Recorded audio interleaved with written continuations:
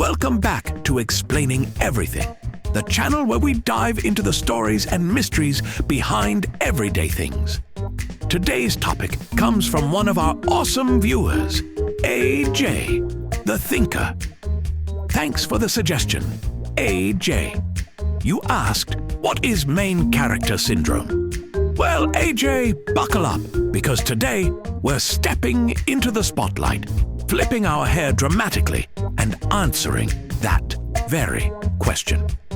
We'll look at where this main character mindset comes from, how it shows up in daily life, and, most importantly, why your friend suddenly thinks walking through a bookstore in slow motion makes them the chosen one. So, if you've ever made a sad playlist called The Fall of Me, or felt weirdly cinematic sipping coffee alone, you're not alone. We're breaking it all down, right here on Explaining Everything.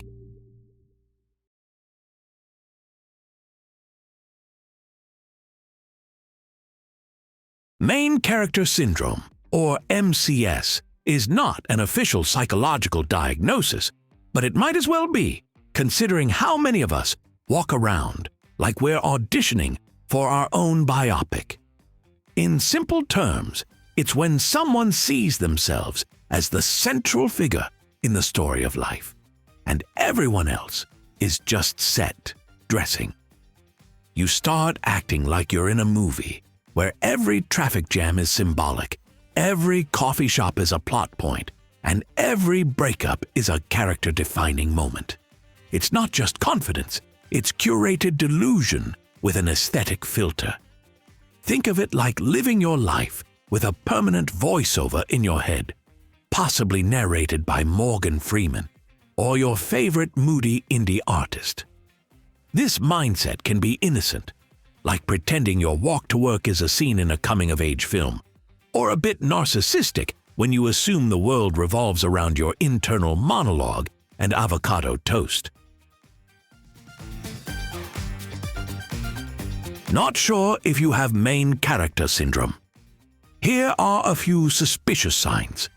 First, if you've ever intentionally walked in the rain while thinking, "This is who I am now," you may be infected. People with umbrellas are trying to stay dry. You're trying to have an emotional revelation. Second, if you've made a playlist titled The Rise of Me or Revenge But With Style, congratulations, you've romanticized your own existence. Third, if you treat every mildly inconvenient experience like a plot twist, like your phone dying on a date and you telling people, "That's when I realized I was better off alone," you might be deep into the syndrome. And finally, if you've ever looked in the mirror, sighed, and whispered, "They have no idea what's coming," then yes, it's happening. You're living in a fantasy novel, and we're just the background villagers. So, where did all this come from? Why are so many people suddenly channeling their inner film student? 2 words: social media. TikTok, Instagram, Reels. These platforms have become the stage for everyone's personal highlight reel. And when your feed is full of moody lighting, aesthetic coffee shots, and people spinning in fields like they're in a perfume ad, it's hard not to want a little drama of your own. Everyone online is living their truth with perfectly timed background music and poetic captions like "She's soft, but not weak," while holding a croissant in the rain. You see that, and suddenly, brushing your teeth in silence feels like wasted potential.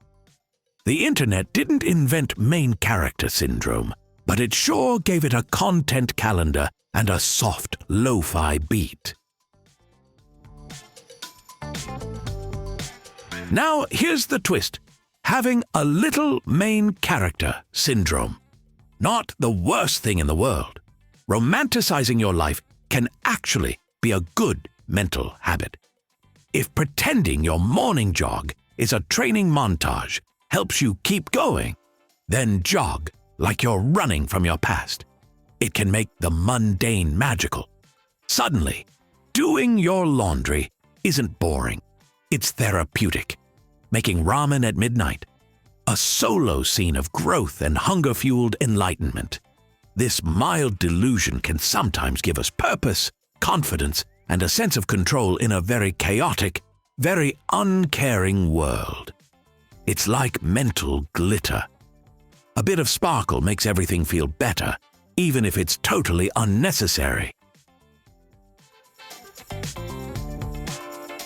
That said, here's where it gets dangerous. When you start believing that your story is the only one that matters.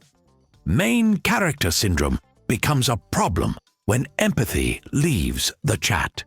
When your friend shares their problems, but you mentally rate them on how well they'd fit into your narrative arc.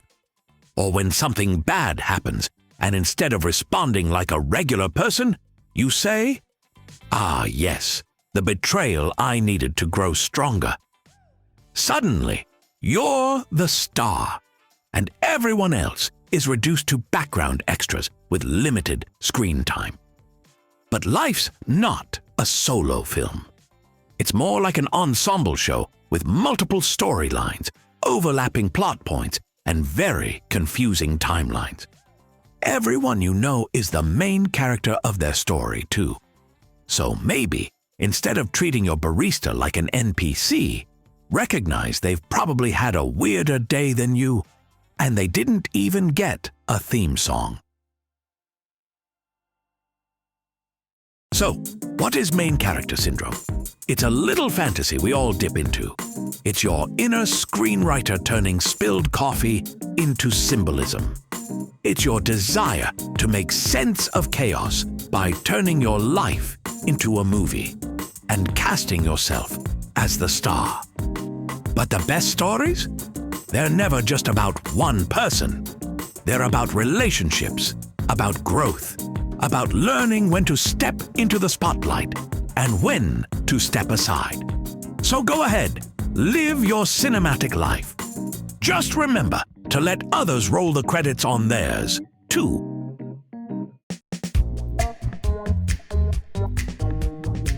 If you enjoy this video, or if you've ever dramatically stared out a window while pretending you're in the season finale of your own life, please like and subscribe. Also, if you have suggestions for our next video, feel free to share them in the comments below. We'll be sure to give you an acknowledgement for your contribution. Thank you for tuning in, and join us next time here in the channel that answers all the why, what, who, where, and how questions you've always wondered about, here on Explaining Everything.